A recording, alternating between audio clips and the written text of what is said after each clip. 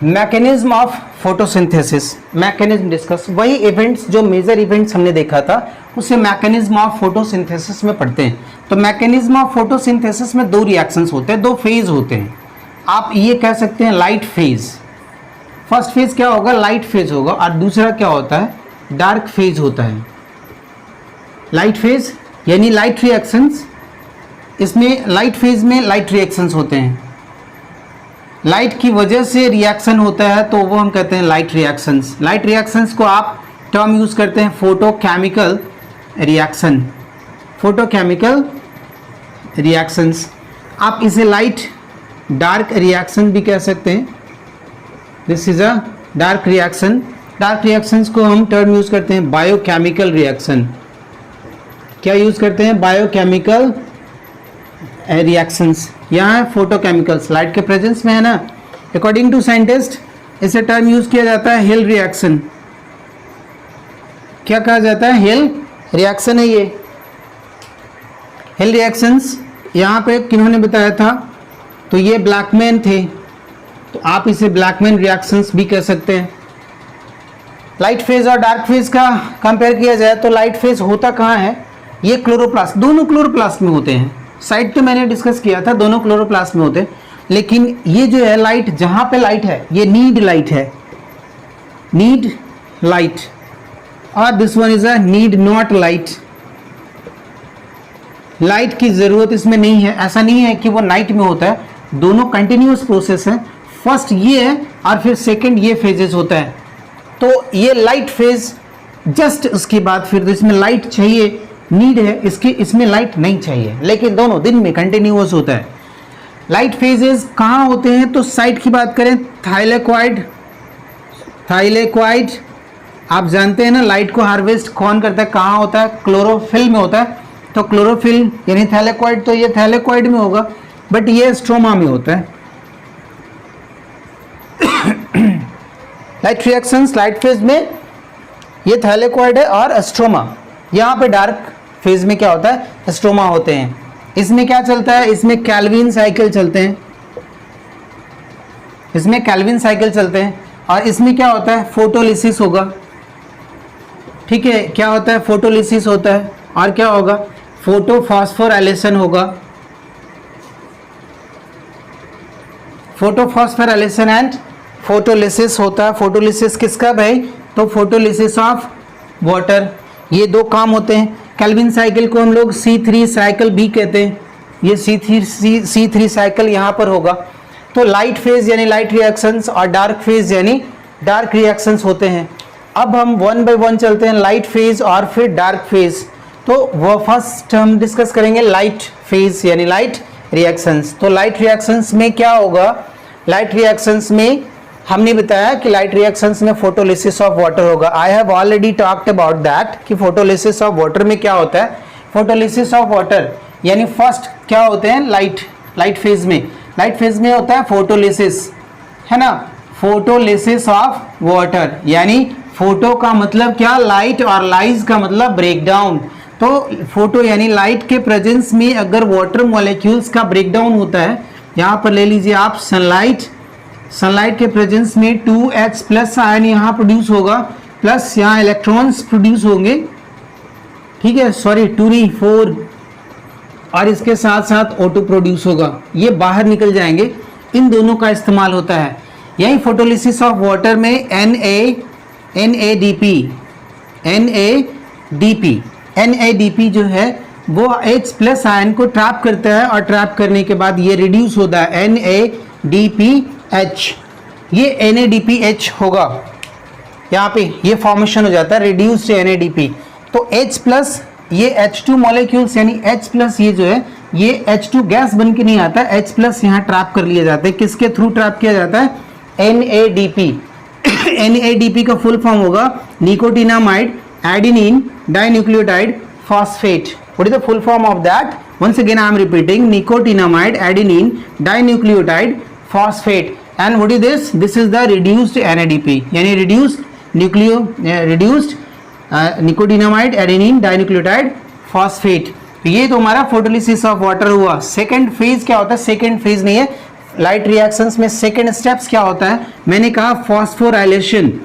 तो फॉस्फोराइलेशंस क्या, फोटो फॉस्फोराइलेशंस, यानी लाइट के प्रेजेंट में एटीपी का बनना, फोस्फोराइलेशन, ये एडीपी होता है। एडीपी के साथ इनऑर्गेनिक फॉस्फेट, ये हम आई टर्म यूज कर रहे हैं इनऑर्गेनिक फॉस्फेट के लिए, और फॉर्मेशंस क्या होगा, ATP in the presence of sunlight, यानी लाइट के प्रेजेंस में ये जो है एडीपी के साथ इनऑर्गेनिक फॉस्फेट क्या हो जाता है, जुड़ जाता है, अटैच हो जाता है, इसलिए एटीपी का फॉर्मेशन होता है। What is the full form, adenosine diphosphate, adenosine diphosphate, और एक और फॉस्फेट ये जुड़ गया, डाई मीन्स क्या होता है, 2 होता है, एडिनोसिन के साथ 2 फॉस्फेट तो ऑलरेडी है, एक और फॉस्फेट आ गया तो ये ट्राइफॉस्फेट हो जाता है, एटीपी। हम लोग भी एटीपी का यूज करते हैं जैसे ही हम लोग एटीपी यूज करते हैं, यहीं पे समझा देते हैं कि जैसे ही हमने एटीपी का इस्तेमाल किया, एटीपी किस में टूट जाता है, एटीपी ब्रेक डाउन होता है एडीपी प्लस इनऑर्गेनिक फॉस्फेट, और उसके साथ साथ एक बॉन्ड एनर्जी मिलता है। वो कौन सा बॉन्ड, फॉस्फेट बॉन्ड जो ब्रेक डाउन होता है उसमें एनर्जी रिलीज होता है, वो एनर्जी यूज कर रहे हैं। मैं इतने देर से चिल्ला रहा हूं तो इसका मतलब ये है कि मेरे बहुत सारे एटीपी ब्रेक डाउन हो जा रहे हैं। बन क्या रहा है भाई, तो एडीपी और आई, ये इनऑर्गेनिक फॉस्फेट बन रहा है। एनर्जी तो चिल्लाने में खर्च हो गया, बहुत सारे एनर्जी खर्च हो गए, तो ये एटीपी ऐसे ही खर्च होंगे एटीपी। तो ये एटीपी और NADPH2 ये दोनों क्या हो गए, एसिमिलेटरी पावर हो गए, और ये थैलेक्वाइड से निकल के कहां चला गया, ये सीधे के सीधे एसिमिलेटरी पावर चले गए, स्ट्रोमा के मतलब थैलेक्वाइड से बाहर चले गए, स्ट्रोमा में आ गए हैं। तो स्ट्रोमा में आने के बाद हमारा क्या चलता है भाई, स्ट्रोमा में आने के बाद डार्क रिएक्शन चलता है, ठीक है। डार्क रिएक्शन यानी वो ब्लैकमैन रिएक्शंस, मतलब ब्लैकमैन रिएक्शन का मतलब बायोकेमिकल रिएक्शंस, उसमें लाइट की जरूरत नहीं है, किसी भी तरह का लाइट का जरूरत नहीं है।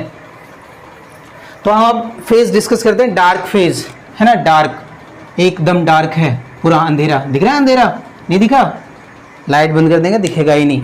चलिए हम लोग डार्क रिएक्शंस की बात करते हैं। ये दोनों को हमने टर्म्स यूज किया था, एसिमिलेटरी पावर, ये लाइट फेज से बना, और लाइट फेज से बनने के बाद कहाँ आ गया था, स्ट्रोमा में आ गए थे। स्ट्रोमा में रिएक्शंस होता है, need not light, I have already discussed, हमने पहले ही बात कर चुका है कि उसमें आपको कोई लाइट की ज़रूरत नहीं होती है, नीड नहीं होता है।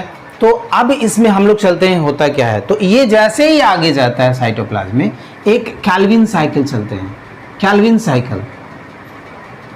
साइकिल ये रिस्पॉन्सिबल है, कैल्विन साइकिल से हमारा ग्लूकोज का फॉर्मेशन होता है। कंटिन्यू चलते हैं, यानी इसके बाद आइए उसको हम एक साइकिल देखते हैं, Calvin cycle. Melvin Calvin scientist थे, उन्होंने बताया था, इसलिए वो कैल्विन साइकिल नाम दे दिया गया उसे, है ना। और C3 साइकिल भी कहते हैं। तो ये C3 साइकिल है, C3 साइकिल के बारे में हम लोग देखेंगे कि C3 साइकिल क्या है। तो सबसे पहले होता है यूं कि RUBP, ठीक है, RUBP यहाँ RUBP ने एब्जॉर्ब किया कार्बन डाइऑक्साइड। CO2 क्या होता है, RUBP एब्जॉर्ब करता है, बट RUBP ऐसे नहीं बनते, वो RUMP में रहता है, ठीक है, RUMP फॉर्मेशन होते हैं। मतलब आपके स्ट्रोमा में क्या प्रेजेंट है, RUMP ये प्रेजेंट है। अब पूछिएगा RUMP क्या है, इसका फुल फॉर्म है राइबुलोज मोनोफॉस्फेट। ये नंबर में 6 यूज होते हैं, ये नंबर में 6 होते हैं, यहाँ भी नंबर में 6 होता है। तो MP मोनोफॉस्फेट, अब इस तरह से यहाँ ATP का कंजप्शंस होगा, होंगे और ADP फॉर्मेशंस होके बाहर आएगा, मतलब इसमें इन्वॉल्वेशंस हुआ और यहाँ पे बन गया। ये देखना, ऐसे हम यूटिलाइज दिखाते हैं कि RUMP में ATP का खर्च हुआ, जैसे देखिए RUMP हम यहाँ लिख के दिखाते हैं, RUMP है N प्लस ATP, राइट। तो प्लस ATP, इससे क्या फॉर्मेशन हुआ, ये मोनोफॉस्फेट है, ये क्या है, राइबुलोज है, राइबुलोज मोनोफॉस्फेट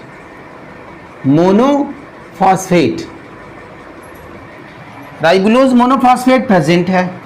एटीपी आप लेके आए, ATP I have already discussed कि एटीपी फॉर्मेशन होता है ना। तो एटीपी यहां लेके आए एटीपी, और एटीपी की वजह से ये एक्टिवेट हुआ, स्टार्ट हुआ आरयूएमपी, मोनोफॉस्फेट अब बाइफॉस्फेट में कन्वर्ट हुआ, एक फॉस्फेट इसे दिया तो यहां क्या हो गया आरयूबीपी, राइट। मोनोफॉस्फेट से एक फॉस्फेट इसका वाला ले लिया तो ये क्या बन गया, ये एडीपी बन गया। देखिए ना, ट्राइफॉस्फेट था तो डाइफॉस्फेट हो गया, ये मोनोफॉस्फेट था बाइफॉस्फेट हो गया। मतलब इसमें एक फॉस्फेट थे तो एक और ऐड हो गया और अब जाके ये एक्टिव हुआ। बातें समझ में आई? ये एडीपी, तो इसलिए हम यहां पर दिखा रहे हैं। आइए यहां देख लेते हैं कितने एटीपी कंज्यूम हो गए, 6। यहां पे निकल के आ गए 6। तो फॉस्फेट कहां चला गया भाई, अब फॉर्मेशन हो गया किसमें, आरयूबीपी में फॉस्फेट ये हो गया। आरयूबीपी क्या करेगा, अब ये CO2 को ऑब्जर्व करेगा। मतलब जब तक आपने एटीपी नहीं दिया, ये बदला नहीं, CO2 एब्जॉर्ब नहीं होगा। तो स्टार्टिंग कहां से हो गया भाई, एटीपी, आपने एनर्जी दिया, बिना एनर्जी के स्टार्ट नहीं होगा। तो ये साइकिल स्टार्ट हो गया। ये बाइफॉस्फेट है, 2 फॉस्फेट है, इसने CO2 को लिया किसके प्रेजेंस में भाई, तो एक एंजाइम होता है, एंजाइम का नाम क्या है, रूबिस्को। रूबिस्को एंजाइम है, बड़ा स्टाइल में लिखे जाते हैं, राइबुलोज बाइफॉस्फेट कार्बोक्सिलेज। ये एंजाइम्स हैं, क्या है, ये एंजाइम है। बिना एंजाइम के हमारे बायोलॉजी में कुछ होता नहीं है। Enzyme is a biocatalyst. कोई भी रिएक्शंस है without enzymes that can not be possible in a living organism. So here RUBP that absorb a carbon dioxide in the presence of this type of enzymes, the name is ribulose biphosphate carboxylase. इसके presence में इसने, देखिए class 10th है, बहुत ज़्यादा इस पे नहीं जाना है, मैं आपको भी फोर्स नहीं करूंगा कि बहुत ज़्यादा डीप समझिए। Just you have to understand what is actually that C3 cycles. तो हम उसे आपको सिर्फ समझा रहे हैं नॉलेज के लिए। एग्जामिनेशन पॉइंट ऑफ व्यू से इतनी डिटेल नहीं है। हाँ, कॉम्पिटिशन्स देंगे, NTSC देंगे, आपको उसमें कुछ और भी देते हैं, सब अलग अलग कोचिंग्स वगैरह में जाने के लिए। तो वहाँ जहाँ बायोलॉजी की ज़रूरत होती है तो उसमें कॉम्पिटिशन्स में थोड़े से बढ़ के आपसे पूछ देते हैं। ये RUBP है। RUBP, ये जो राइबुलोज है ना, राइबुलोज के बारे में अगर ना जानते हो तो मैं बता दूं। राइबुलोज, जिस तरह से आपने एक नाम सुना है ना, ग्लूकोज, ये तो सुने होंगे। इसमें कार्बन के नंबर कितने होते हैं, 6 होते हैं। ये क्या है, कार्बोहाइड्रेट है। ऐसे बहुत सारे कार्बोहाइड्रेट होते हैं। एक हमारा कार्बोहाइड्रेट है फ्रक्टोज, जिसमें कार्बन 6 होते हैं। ऐसे ही हमारे एक और शुगर है राइबोज, नाम तो सुना होगा, राइबोज नहीं सुना होगा तो मैं बता दूं। राइबोज न्यूक्लिक एसिड, RNA का full form deoxyribose nucleic acid, DNA का नाम है। तो राइबोज ये क्या होता है, C5 होते हैं। और ऐसे ही एक है राइबुलोज, जिस तरह से फ्रुक्टोज है उसी तरह से राइबुलोज है, कीटोन ग्रुप होते हैं इसमें। तो ये 5 कार्बन कंपाउंड है, यहां भी एक 5 कार्बन कंपाउंड है। इसने 6 CO2 को एक एक करके एक CO2 ले लिया। ये 5 कार्बन कंपाउंड है, एक कार्बन को ऐड किया, कितने हो गए, 6 कार्बन कंपाउंड हो गए। कार्बन के नंबर 6 हो गए। अब ये 6 कार्बन कंपाउंड है, बीच में टूट गया, ठीक है, बीच में तोड़ दिए जाते हैं। ये सब एक ही साथ हैपन होता है। इसने जुड़ा और जुड़ने के बाद टूट गया।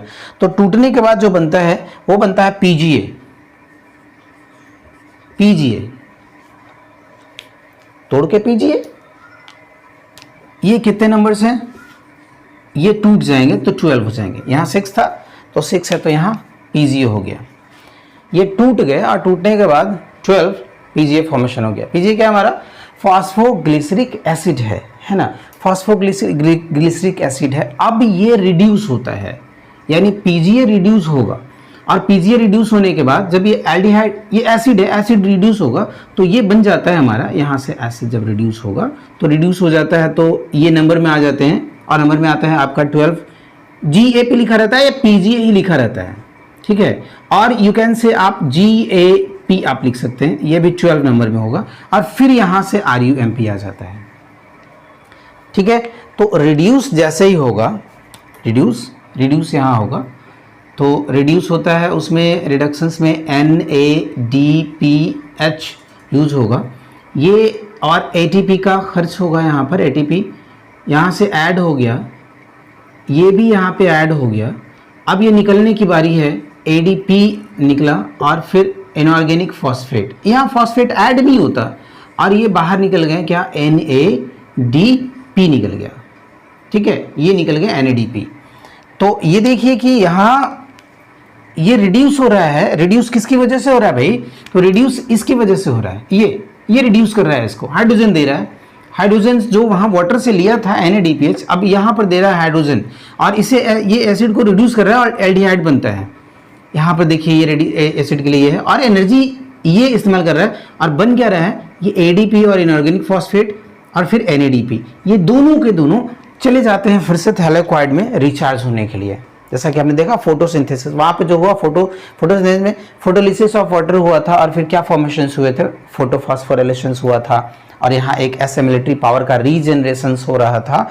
तो इसके लिए फिर से वो वापस बैक चला जाता है। तो यहाँ पर दो चीज़ें हुई, सबसे पहले ATP का यूज़ हुआ तो ये स्टार्ट हो गया, स्टार्ट होने के बाद NADPH जो एसिमिलेटरी पावर का पार्ट था और ATP दोनों इस्तेमाल हो गए। तो इसे अब यहाँ पे क्या कर रहे हैं, हम रिड्यूस कर रहे हैं। इसे आप कह सकते हैं फॉस्फोग्लिसरैल्डिहाइड कहते हैं, या ग्लिसरैल्डिहाइड फॉस्फेट कहते हैं।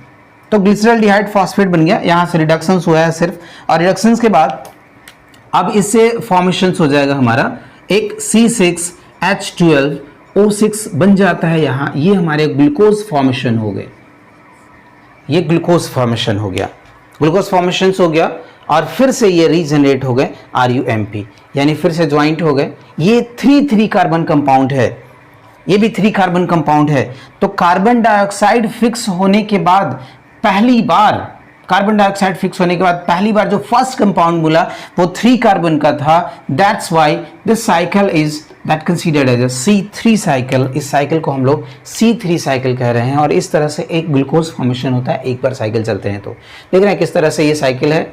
इसको डिस्कवर किया था केल्विन ने, इसलिए मेल्विन केल्विन वो साइंटिस्ट थे, इसलिए हम कहते हैं केल्विन साइकिल। और यहाँ पर हम फोटोसिंथेसिस एंड करते हैं light phase and dark phase both, हमारा बन चुका है। इसके बाद छोटी सी बातें और होती है, छोटी सी बातों में ये एक्सेप्शंस प्लांट है। C3 साइकिल के बाद एक छोटा सा देखते हैं C4 साइकिल। कुछ नहीं है C4 साइकिल, बहुत सारे प्लांट्स में ऐसे होते हैं, सब ट्रॉपिकल रीजन्स है, जैसे मेज़ है, मकई है, गेहूं है, मिलेट्स है, बाजरा वगैरह बोलते हैं उसको, ओट है, इन सब में C4 साइकिल्स चलते हैं। कुछ नहीं है C4 साइकिल्स, एक डिस्कशंस भी हुआ था, जैसा C3 यानी 3 कार्बन कंपाउंड्स PGA का इस्तेमाल किए थे हम, फॉस्फोग्लिसरिक एसिड का यूज़ हुआ था, सबसे फर्स्ट कंपाउंड मिला था।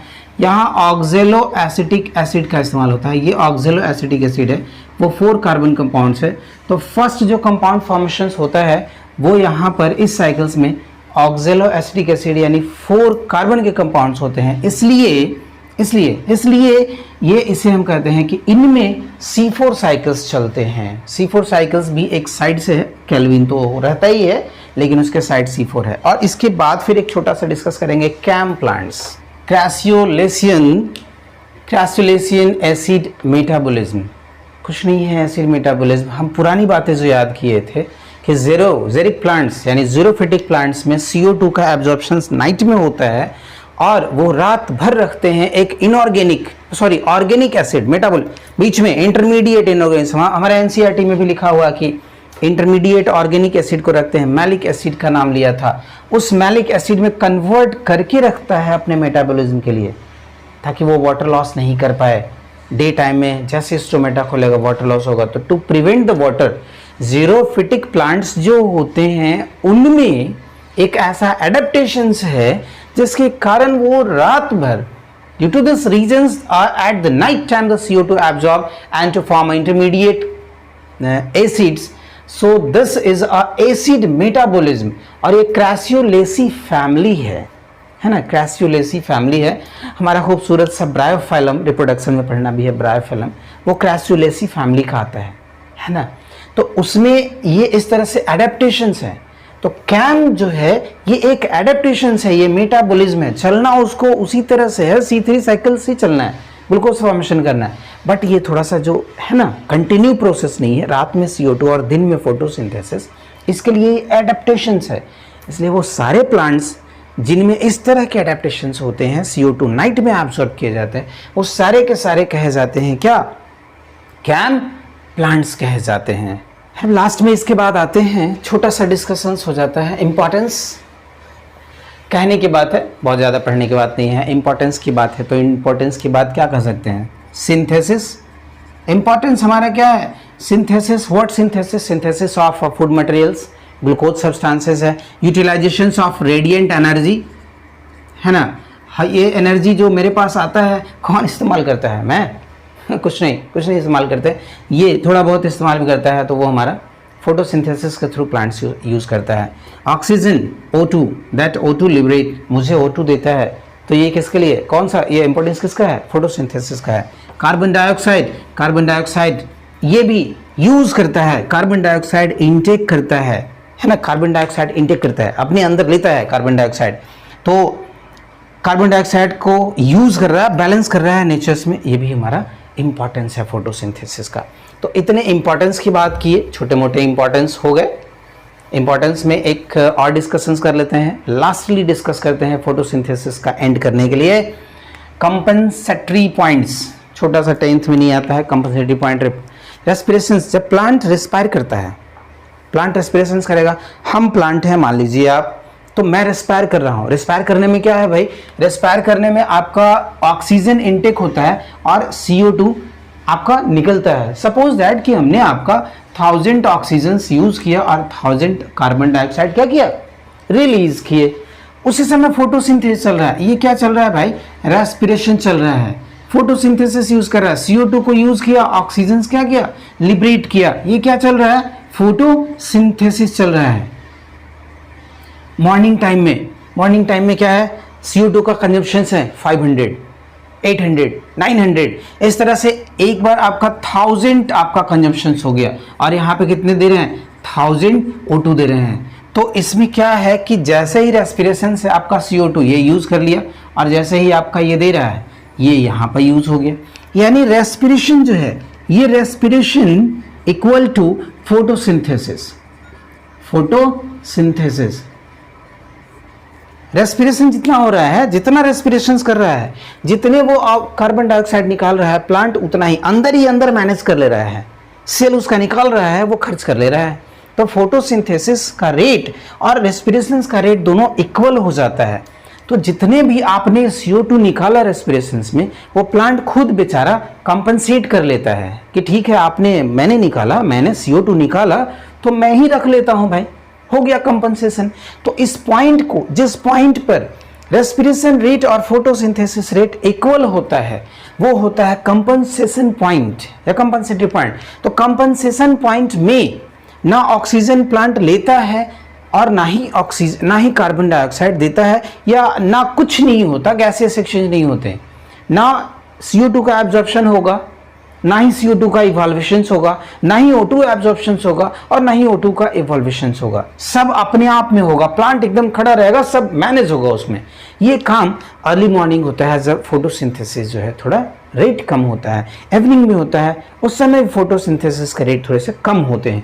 तो कंपनसेशन पॉइंट में दोनों का रेट ये फिक्स होता है, मतलब सेम होता है।